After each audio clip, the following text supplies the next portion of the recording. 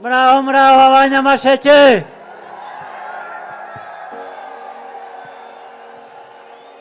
Muraho neza.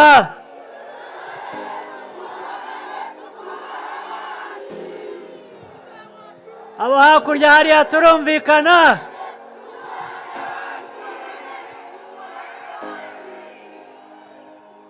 Turumvikana abo hakurya hariya.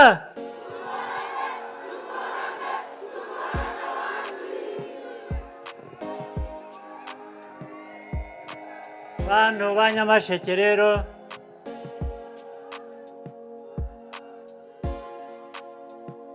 ndishimye kubona uyu mwanya ngo duhurire aha tuganire, twibukiranye kandi twishime. Ndahera ku kintu cya mbere nashimiye n'ubushize abantu ba Nyamasheke. Naje hano muri 2022. Ikintu cya mbere nahereyeho ni ukubashimira uko mwafashe umutekano muri 2019.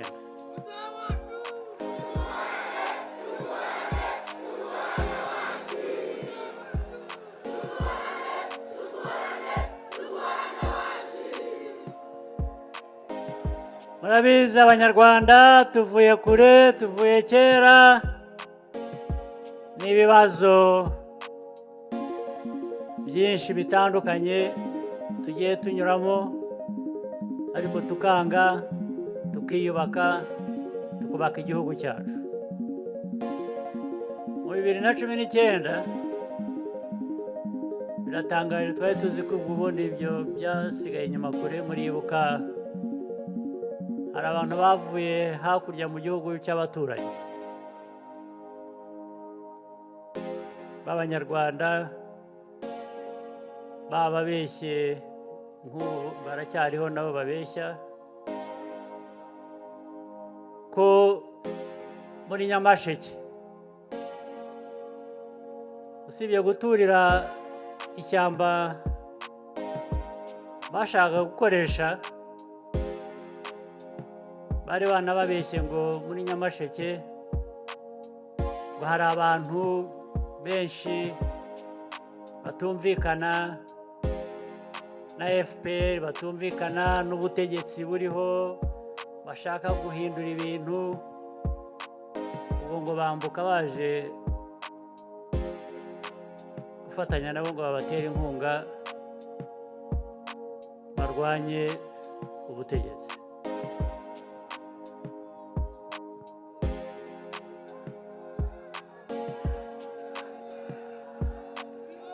Ndetse bababeshye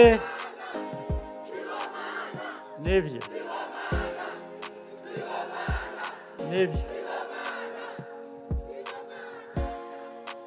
ndetse ndabivuga ngira ngo nihute tujye ku byangombwa. Ndetse bababeshye ko bashyigikiwe n'amahanga nk'uko n'ubu ngubu babivuga, ariko sinirwa mbasubiramo, murabizi kandi nabivuze icyo gihe naje kubasura uko byagenze. Ni bake muri bo bazabara inkuru.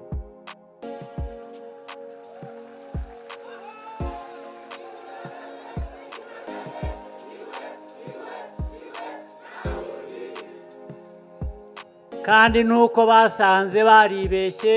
Mwese abanyamasheke muri abanyarwanda nk'abandi banyarwanda, muri mu nzira imwe yo kubaka umutekano w'u Rwanda.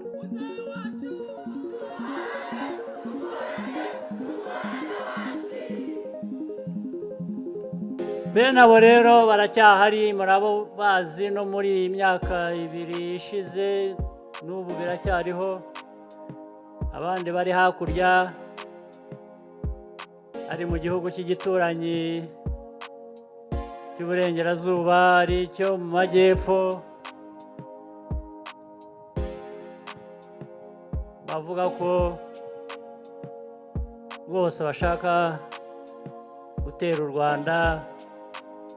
Abanyarwanda ndetse barambiwe ubutegetsi buriho, barambiwe abayobozi, ko bashaka gufasha abo barambiwe.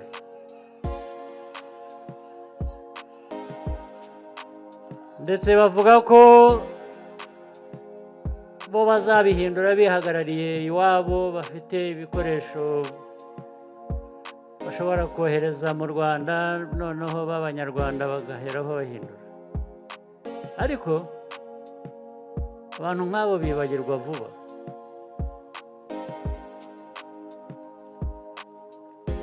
Barabigerageje n'ubundi nyine kenshi, ariko banibagirwa n'ibyo tubabwira buri munsi. Sinshaka kwirirwa mvuga wa mugani w'ikinyarwanda bimwe bavuga ko u Rwanda rugira rute, ntiruterwa.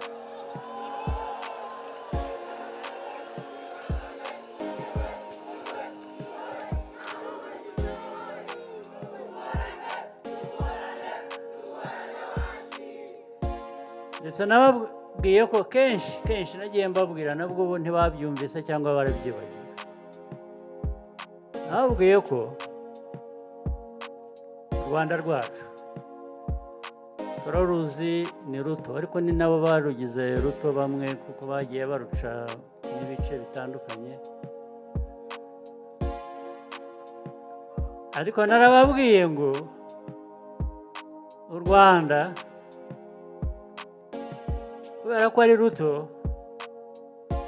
ntabwo tuzategereza udutera dusanga hano.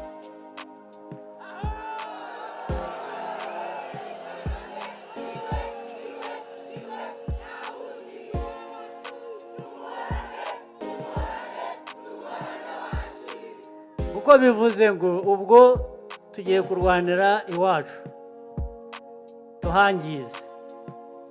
Oya,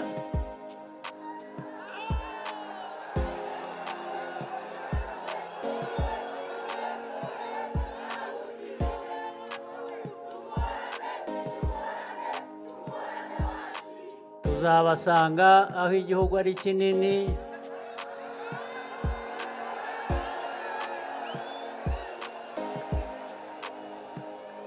kandi si bo Imana yahaye amahirwe yo kuba banini.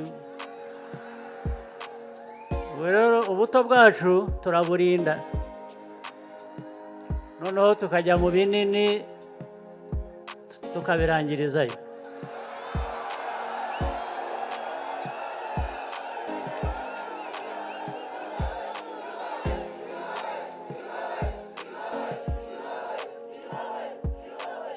Kandi nabwiye n'abandi nabo niba bumva, nababwiye ngo kurinda u Rwanda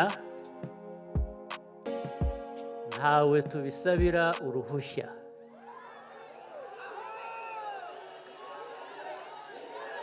Ntawe dusaba uruhushya ngo aduhe uburenganzira bwo kwirinda. Turirinda.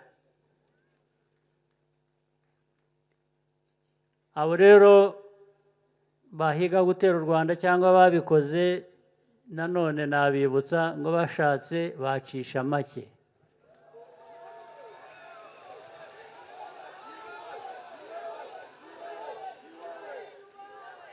Bashatse bacisha make, tukabana, tugahahirana, twese tukiteza imbere. Niba batabishaka ntibindeba.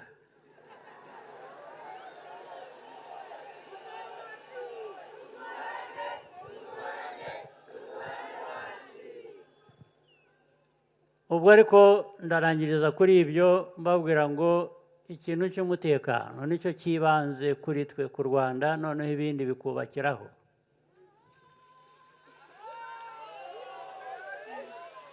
Kugira ngo rero ushobore kwirinda neza, urinde umutekano neza,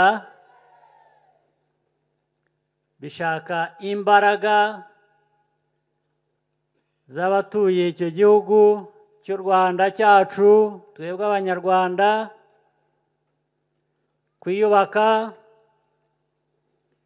kwiyubaka cyane cyane